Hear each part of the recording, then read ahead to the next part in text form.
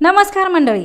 तर आज आपण जगातील अगदी सोपी अशी आमटी बनवणार आहोत आणि ही आमटी साधी सोपी घरातल्या साहित्यात आणि अगदी चविष्ट अशी तयार होते. तर तुम्ही ही रेसिपी बघितल्यावर ही आमटी नक्कीच ट्राय करणार. तर आता रेसिपीला सुरुवात करूया. इथे मी तवा तापायला ठेवून त्यामध्ये 1 वाटी खोबऱ्याचा किस टाकून घेतला आहे आणि अगदी व्यवस्थित असा भाजून घ्यायचा आहे. खूप जास्त लालसरही नाही करायचा आणि खूप कच्चाही नाही ठेवायचा.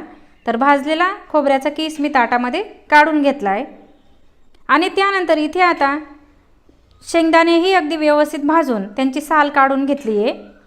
खोबरं आणि शेंगदाणे अगदी व्यवस्थित असे गार झालेत. तर एका साईडला मिक्सरचं भांडं घेतलं आहे आणि त्यात 2 वाटी भाजलेले शेंगदाणे साल काढून टाकून घेतले आहेत आणि अर्धी वाटी शेंगदाणे बाजूला काढून ते वाटीनेच अशा प्रकारे क्रश करून घ्यायचे आहेत.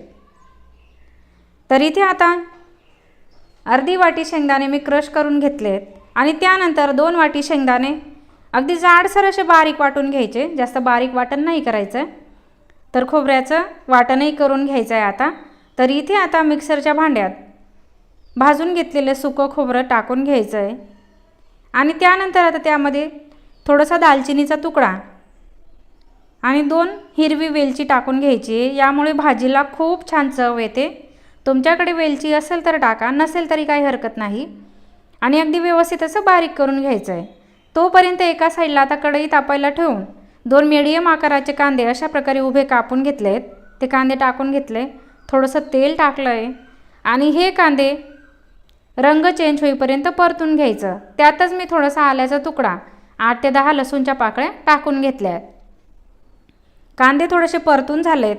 त्यानंतर त्याच्यातच मी थोडीशी कोथिंबीरही धुवून हातानेच बारीक करून टाकून घेतली आहे. व्यवस्थित मिक्स करून घ्यायचं आहे. तर इथे तुम्ही बघू शकतात कांद्यांचा रंग भरपूर बदललेला आहे. इतपत आपल्याला कांदे भाजून घ्यायचे. त्यानंतर मिक्सरच्या भांड्यात हे मिश्रण वाटून घ्यायचं. त्याच्यातच थोडंसं जिरं टाकून घेतलं आहे आणि वाटण करून घेतलं आहे. तर एका साईडला आता कढईत तेल टाकून घेतलं आहे 2 ते 2.5 पळी. या भाजीला तेल थोडं एक्स्ट्रा वापरा जेणेकरून भाजी अगदी चमचमीत येईल. त्यानंतर त्यामध्ये पाव चमचा मोहरी आणि अर्धा चमचा जिरं टाकून घेतलं आहे आणि इथे आता कांदा, लसूण, आलं आणि कोथिंबीरचं जे वाटण करून घेतलं आहे ते टाकून घेतलं. हे वाटण अगदी छान असं तेल सुटेपर्यंत परतून घ्यायचं. तर इकडे टोमॅटो बारीक कापून घेतलेत. खोबऱ्याचं वाटण तयार आहे. क्रश केलेले शेंगदाणे आणि शेंगदाण्याचा कूटही तयार आहे. तर इथे आता हे वाटण अगदी छान असं परतून झालं आहे. त्यामध्ये पाव चमचा हळद टाकून घेतली आहे. 1 ते 1.5 चमचा लाल तिखट टाकलं आहे आणि 1 ते 1.5 चमचा काळा मसाला टाकून घेतला आहे. तुम्ही हवं तर कांदा लसूण मसालाही वापरू शकतात. तर मसाले टाकून अगदी व्यवस्थित मिक्स करून घेतलं आहे आणि आता खोबऱ्याचं वाटण टाकून घ्यायचं आहे. खोबरं ऑलरेडी भाजलेलं असल्यामुळे खूप परतवायची गरज नाही. अगदी अर्धा ते 1 मिनिट परतून घ्यायचं. त्यानंतर शेंगदाण्याचं कूट टाकायचं आहे. एकदमच नाही टाकायचं, आपल्याला थोडं थोडं टाकून व्यवस्थित परतून घ्यायचं आहे. तर इथे आता शेंगदाण्याचं कूट टाकून 1.5 ते 2 मिनिट मी अगदी व्यवस्थित परतून घेतलं आहे. त्यानंतर क्रश करून घेतलेले शेंगदाणेही टाकून घ्यायचे. तेही थोडेसे परतून घ्यायचे आणि इथे आता 2 मीडियम आकाराचे टोमॅटो मी बारीक कापून घेतलेले होते. ते बारीक कापलेले टोमॅटोही टाकून घेतले.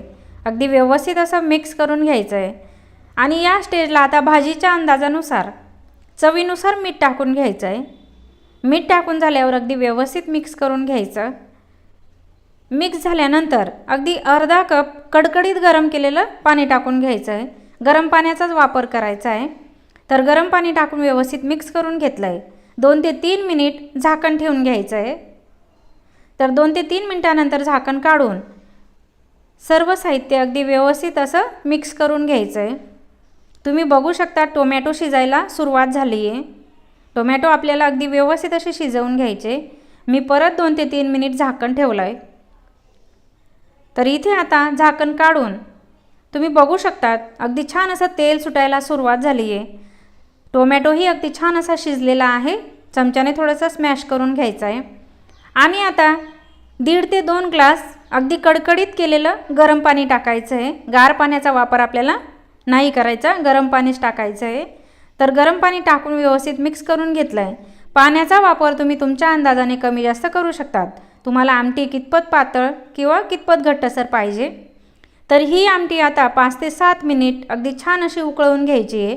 तुम्ही हवं तर अर्धवट झाकणही ठेवू शकतात. आमटी अगदी छान अशी उकळायला सुरुवात झाली आहे. व्यवस्थित मिक्स करून द्यायचं आहे. थोडीशी कोथिंबीर बारीक कापून टाकून घेतली आहे मी. तर इथे आता आमटी उकळून 5 ते 7 मिनिट झालेले आहेत.